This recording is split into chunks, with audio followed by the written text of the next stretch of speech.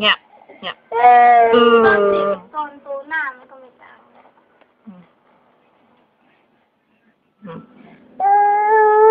โอ้ยทำหน้าดีๆลูกพ่อถ่ายรูปลูก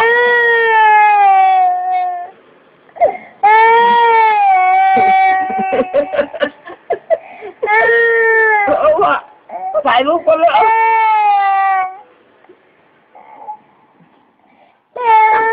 เจ็บลูกตาน่ารัก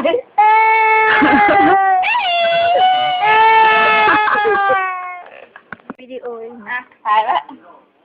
เนาะหนูมองแม่นะผมปล่อยนี่ป่ะจะเอ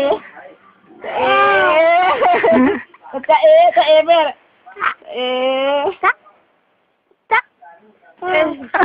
หลานลูกเอกเอาไปแม่ก็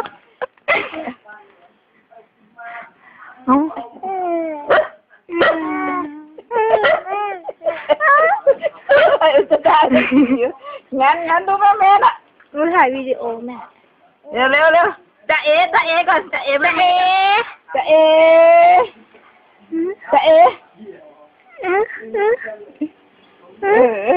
เอาบืนอาหารดีๆหันบืนดีๆชอบใจรถตั้งหลายคันชอบอยู่คันเดียว